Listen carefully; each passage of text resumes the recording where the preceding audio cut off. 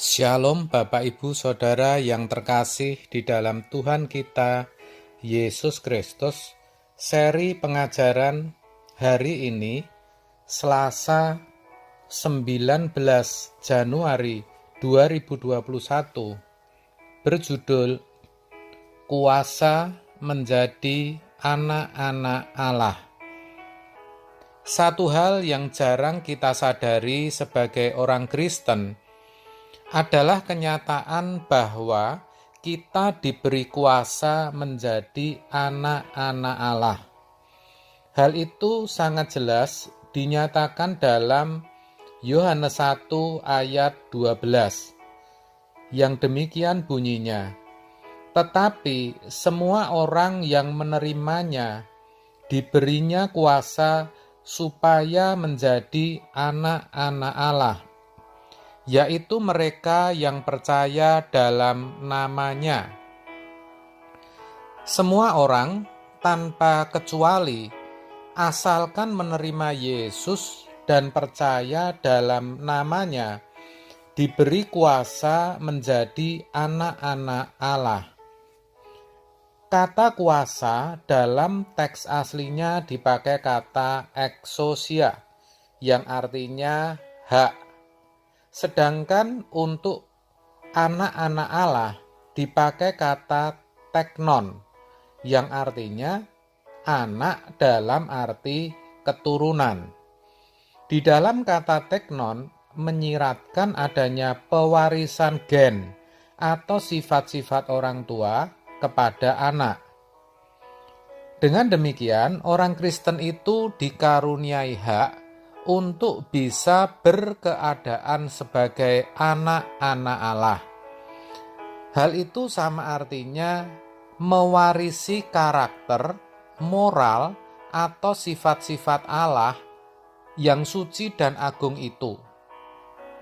Wow, itu menunjukkan betapa berharga dan terhormatnya kita di mata Tuhan. Akan tetapi, harus diingat bahwa untuk berkeadaan sebagai anak Allah itu bukanlah hal yang otomatis. Bukan ketika kita jadi orang Kristen, seketika itu juga kita bisa berkeadaan sebagai anak Allah yang diakui Bapa, atau istilahnya menjadi anak Allah yang sah atau huios. Jadi, meskipun kenyataannya kita disebut anak Allah atau anak Tuhan, itu hanya sebutan. Tetapi sesungguhnya kita belum benar-benar berkeadaan sebagai anak Allah. Kita harus jujur bahwa keadaan kita masih compang-camping. Hidup kita belum kudus. Hati kita masih banyak menaruh dendam, kebencian, iri hati, dan kotoran-kotoran lainnya. Terkait akan hal itu, kita harus memahami kata menerima dengan benar. Kalau dikatakan, semua orang yang menerimanya diberi kuasa untuk menjadi anak-anak Allah.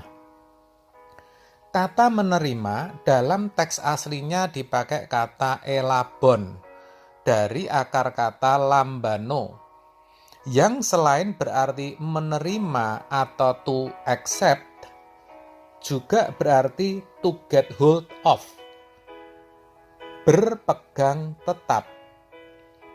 Itu artinya menerima di sini jangan diartikan sebagai suatu tindakan sesaat, seketika, atau mistis, melainkan suatu proses panjang yang berkesinambungan atau terus-menerus.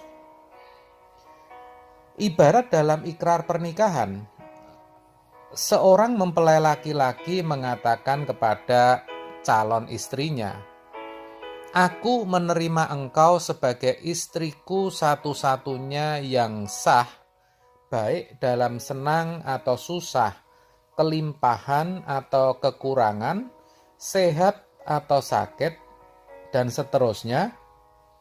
Itu bukan berarti setelah kedua mempelai selesai berikrar, maka langsung bisa dikatakan mereka sudah saling menerima satu sama lain.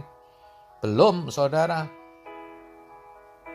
Melainkan itu baru awal, dan semua harus diuji dan dibuktikan dalam perjalanan kehidupan rumah tangga mereka sampai Tuhan memisahkan mereka. Demikian juga halnya ketika kita berkata, "Aku menerima Yesus dan percaya dalam namanya." Itu bukan berarti seketika itu juga kita sudah menerima Yesus dan percaya kepadanya. Belum, itu belum.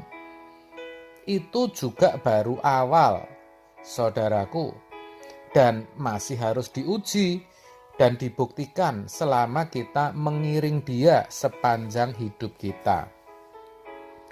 Justru setelah kita menerima Yesus, kita harus sadar dan memberi diri untuk diubah.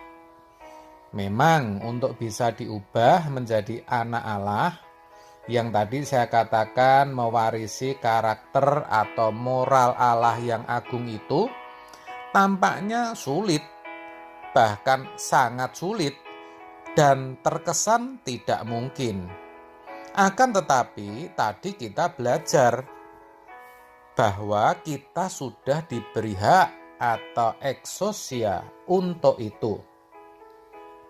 Itulah sebabnya Allah memberikan fasilitas kepada kita. Setelah kita menerima penebusan melalui Kristus Yesus, kita memperoleh Injil, Roh Kudus, serta penggarapan Allah.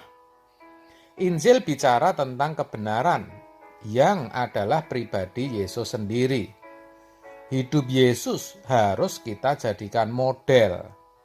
Sedangkan Roh Kudus adalah pribadi Allah sendiri yang akan menuntun kita kepada seluruh kebenaran.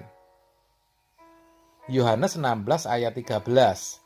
Tetapi apabila Ia datang, yaitu Roh kebenaran, Ia akan memimpin kamu ke dalam seluruh kebenaran. Sebab Ia tidak akan berkata-kata dari dirinya sendiri, tetapi segala sesuatu yang didengarnya, itulah yang akan dikatakannya, dan Ia akan memberitakan kepadamu hal-hal yang akan datang. Roh kebenaran yang dimaksud di sini adalah Roh Kudus. Selain itu, Allah juga memproses kita melalui setiap peristiwa yang kita alami. Roma 8 ayat 28, kita tahu sekarang bahwa Allah turut bekerja dalam segala sesuatu untuk mendatangkan kebaikan bagi mereka yang mengasihi Dia, yaitu bagi mereka yang terpanggil sesuai dengan rencana Allah. Dengan fasilitas yang Tuhan berikan itu, maka untuk benar-benar menjadi anak-anak Allah atau huios bukanlah sesuatu yang mustahil lagi, melainkan suatu keniscayaan asal kita mau memberi diri untuk diubah.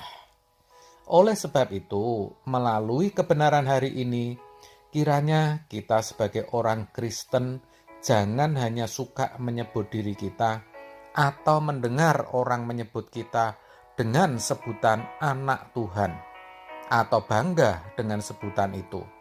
Tetapi kita harus ingat, di balik sebutan yang kita sandang ada tanggung jawab yang besar yang harus kita perjuangkan agar kita bisa mewarisi karakter ilahi. Maka berjuanglah saudara, percayalah, kalau kita sungguh-sungguh, seiring berjalannya waktu, kita bisa. Amin. Tuhan memberkati.